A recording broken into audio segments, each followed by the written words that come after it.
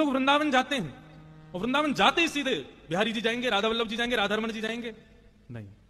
वृंदावन के कुछ नियम है भैया। स्कूल में सीधे क्लास में नहीं जाते, पहले प्रेयर करो, फिर उसके बाद प्लेज करो, प्लेज करने के बाद अपने नाखून दिखाओ, शूज दिखाओ, ड्रेस दिखाओ, सब चीज से जब टीचर्स देख लेंगे कि हाँ तुम स्कूल यूनिफॉर्म ठीक से पहन के आए, सब तब क्लास में एंट्री मिलती है ना। ऐसे वृंदावन के 5 पंचायतन हैं।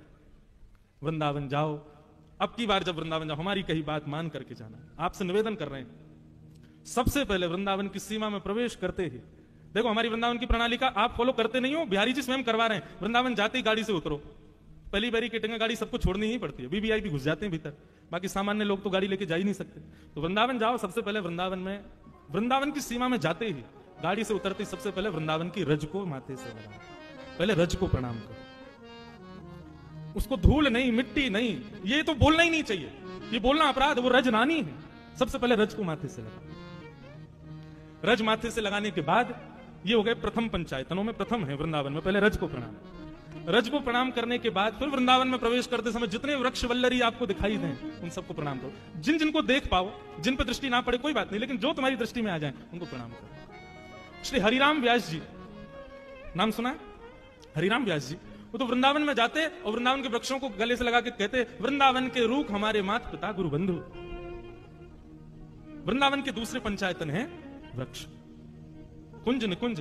हमारे बांके बिहारी जी का मूल नाम कुंज बिहारी, क्यों? कुंजों में ही रहते हैं, वृक्षों में ही विराजते हैं, वृक्षों के नीचे ही विराजते हैं। तो ये सामान्य वृक्ष नहीं है बंधु।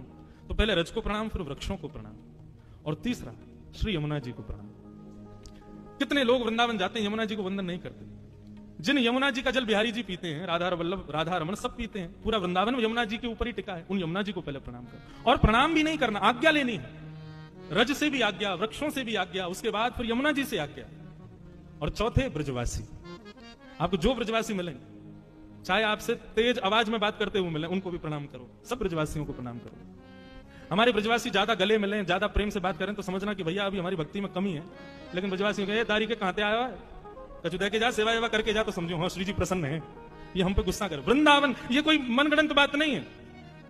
वृंदावन शतक में स्वयं लिखते हैं आचार्यगण, सम्मानम कलयाति घोर गरलम। वृंदावन में सम्मान विश्व के समान है। वृंदावन में क्या हो? बोले नीचपमानम सुधा। कोई आपका अपमान कर दे तो समझो हाँ बड़ी कृपा, जय हो, ये है बढ़िया। एक बाबा रहते वृंदावन में, हमारे घर आते मधुकरी पावे, तो मधुकरी पावे आते तो एक दिन पता ना कहा हो, अच्छा ब्रजभाषा निकल रही है, आपको समझ आ रही है ना। तो एक बार हमारे घर आए, आके बैठे, माता जी बोली बाबा रोटी प्रसाद, बोले ना चाहिए। दाल प्रसाद, बोले अपने राम को नहीं चाहिए। बोले खीर पाए लो, बोले अपने राम को नहीं चाहिए।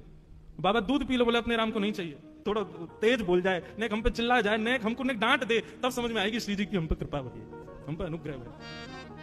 तो वृंदावन में पहले रज से आज्ञा, फिर यमुना जी से, फिर वृक्षों से आज्ञा, फिर यमुना जी से आज्ञा, चौथे ब्रजवासियों को प्रणाम। ब्रजवासी बहुत प्रिय बंधु। जगन्नाथ जी का कभी आपको यदि चरित्र पढ़ने को मिले, जगन्नाथ जी की कोई कथा, मैंने एक जगह पढ़ा, मेरे नेत्र इतने सजल हो गए कि जब प्राचीन भारत में जब इतने साधन नहीं होते थे, तो लोग बाग जब चारधाम यात्रा करते थे, कोई ब्रजवासी यदि जगन्नाथपुरी जाता था, महीनों लगते थे पहुंचने में। तो श्री जगन्नाथ जी अपने स्थान पर खड़े खड़े आज कुछ ज्यादा ही प्रसन्न दिखाई दे रहे हैं। तो पुजारी गण पूछते, जय जय आज बड़े प्रसन्न हो। तो ठाकुर जी स्वप्न में आज्ञा करते, बोले सुनो कल ना 4 लोग वृंदावन से आ रहे हैं, एक नंदगाम से आ रहा है, एक गोवर्धन से आ रहा है, उनके लिए उचित व्यवस्था करो भैया, उनके लिए बढ़िया सुनो सामग्री की तैयारी कर लेना, मेरे ब्रजवासी आ रहे हैं। और सुनो बाकी सबको तो दूर से दर्शन करा देना, पर ब्रजवासी आए ना उनको गर्भगृह में लाके मेरे हृदय से लगा दे, मुझे बड़े प्रिय है।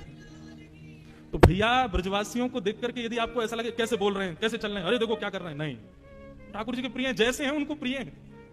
तो चौथी आज्ञा ब्रजवासियों से, और 5वीं आज्ञा हमारे वृंदावन में विराजमान देवादिदेव महादेव श्री गोपेश्वर महादेव, उनसे आज्ञा, गोपी प्रेम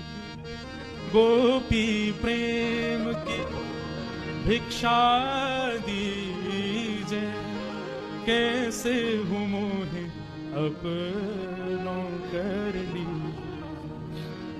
इन चारों से आज्ञा लेने के बाद गोपीनाथ बाजार में विराजमान श्री गोपेश्वर महादेव जाना, और वहां झोली फैला करके ऐसे महादेव से मांगना कि हमको गोपी प्रेम दो।